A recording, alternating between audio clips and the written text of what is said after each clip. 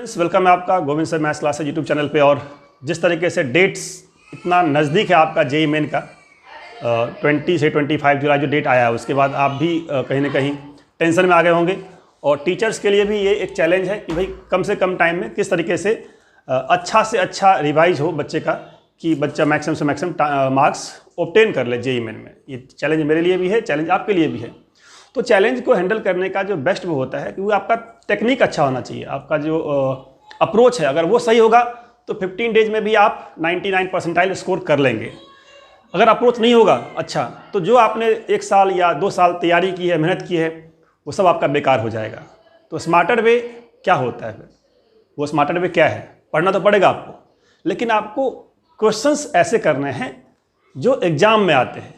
आप कई बार क्या होता है 10 क्वेश्चन करने के बाद भी 11वां क्वेश्चन आता है और आप सॉल्व नहीं कर पाते हैं। और कई बार एक क्वेश्चन आप करते हैं और वही क्वेश्चन, उसी टाइप का क्वेश्चन जेईई मेन में आता है और आप करके आते हैं। तो इस वीडियो में मैं उन्हीं क्वेश्चंस को ले रहा हूँ जिन क्वेश्चंस को अगर आप करके जाएंगे, अगर आप सही तरीके से करके जाएंगे तो हो सकता है वो क्वेश्चन सेम ना आए, कंसेप्ट जरूर सेम आएगा।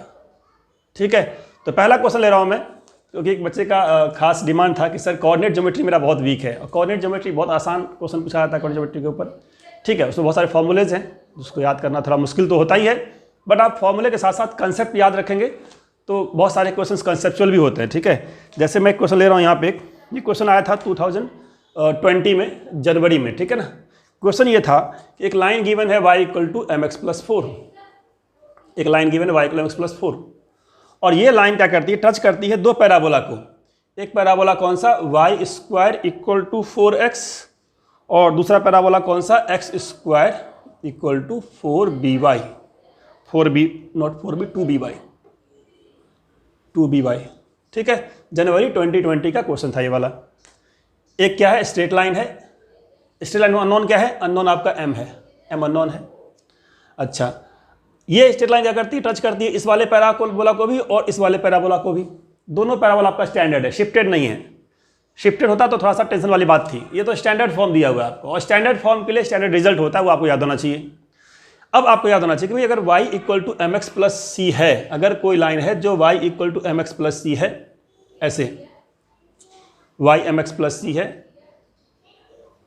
और पैराबोला y² = 4x है, तो एक तो रिजल्ट आपको याद होना चाहिए। रिजल्ट याद होगा तो थोड़ा फास्ट हो जाएगा, बाकी अगर रिजल्ट नहीं भी याद है तो भी हम लोग कर लेंगे।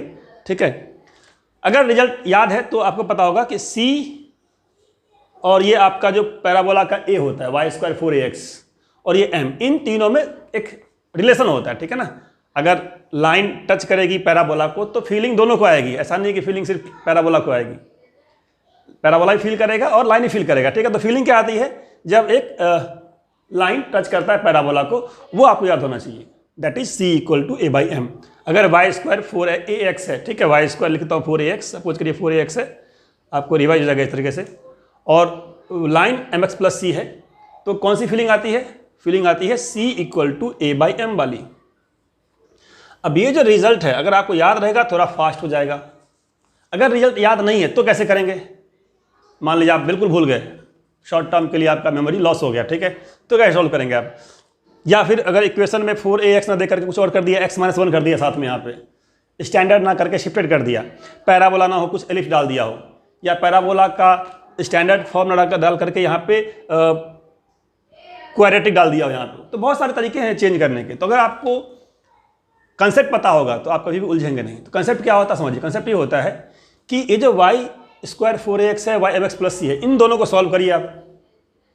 अगर एक लाइन को एक कर्व को सॉल्व करेंगे तो तीन पॉसिबिलिटी होती है, या तो लाइन टचिंग होगा, या लाइन इंटरसेक्टिंग होगा, या लाइन आउटसाइड होगा। ये 3 केसेज हैं। जब आप सॉल्व करेंगे इसको तो देख क्या आएगा, y पुट किया यहाँ पे mx+c, तो mx+c इसका होल स्क्वायर -4ax आएगा 0। This will give you quadratic in x। अब वो क्वाड्रेटिक में लिख देता हूँ, यहाँ पे क्या आएगा, ये आएगा m²x², इधर आएगा, इधर क्या आएगा देखिए 2mcx, यहाँ पे -4ax है, तो अगर आप x कॉमन निकाल लेंगे तो 2mc - 4a आएगा, इंटू में x और प्लस में c² आएगा। तो अगर ये लाइन टच करती है पैराबोला को तो इस क्वाड्रेटिक का डिस्क्रिमिनेंट 0 होता है। क्या होता है जीरो? इस क्वाड्रेटिक का डिस्क्रिमिनेंट जीरो होता है। क्यों जीरो होता है? क्योंकि डिस्क्रिमिनेंट जीरो आने का मतलब होता है x की दो वैल्यू और दोनों वैल्यू इक्वल। तो टच करने का मतलब होता है जो कट में हमारा x का दो डिफरेंट वैल्यू आता है इन दोनों पॉइंट्स पे, टच करने में वो दोनों सेम आ जाता है। तो आपको पता होगा कि अगर टेंजेंट है तो इसके लिए डिस्क्रिमिनेंट डी हो जाएगा जीरो, अगर सीकेंट है तो इसके लिए डी हो जाएगा less than zero, sorry more than zero, दो अलग अलग वैल्यू x की आएगी, और अगर आउटसाइड है तो डी हो जाएगा लेस देन जीरो। तो आप किसी भी लाइन का किसी भी कर्व के साथ चेक कर सकते हैं इस तरीके से, लेकिन कर्व होना चाहिए क्वाड्रेटिक के फॉर्म में, तभी पैराबोला दिया है आपको कि आप ये पुट करेंगे तो क्वाड्रेटिक बन जाएगा। अगर क्वाड्रेटिक नहीं बनेगा तो आप नहीं कर पाएंगे इस तरीके से, ठीक है। अच्छा, यहीं पे सॉल्व जब करेंगे आप डी इक्वल टू जब करेंगे जीरो, ठीक है, डी करेंगे जी तो आपका आएगा C equal to A by M आता है। जब करते हैं डी इसका square B square minus 4ac this into this equal to zero, तो आता है C equal to A by M. आप करके देखेंगे आपको दिख जाएगा, इतना मुश्किल नहीं है। अब मैं आपको दिखाता हूँ इस C equal to A by M के रिजल्ट से m निकाल करके, m ही रहेगा, c मेरा 4 है और a की क्या है इसका, जो पैराबोला दिया था y स्क्वायर 4x, इसके लिए a क्या है, इसका a आपका 1 है, ठीक है, a 1 है। तो अगर आप खुद से ट्राई करना चाहें तो ट्राई करिए, चॉइस में लिखता हूँ यहाँ पे, चॉइस आपका दिया था इसका, चॉइस a था, तो आप खुद ट्राई कर सकते हैं, समझ गए कंसेप्ट। तो 128, b क्या है -64, c क्या है -128 और d था इसका, d था -32। तो फर्स्ट वाले पैराबोला के लिए y square equal to 4ax के लिए आपका a हो गया 1, a हो गया 1, m तो निकालना ही है, और c कितना है, c आपका है 4। तो यहाँ पुट कर दीजिए तो क्या मिलेगा, 4 इक्वल टू c 4a कितना है हमारा y स्क्वायर 4x, a हो गया 1 बाई m, तो आपका m आ गया 1/4।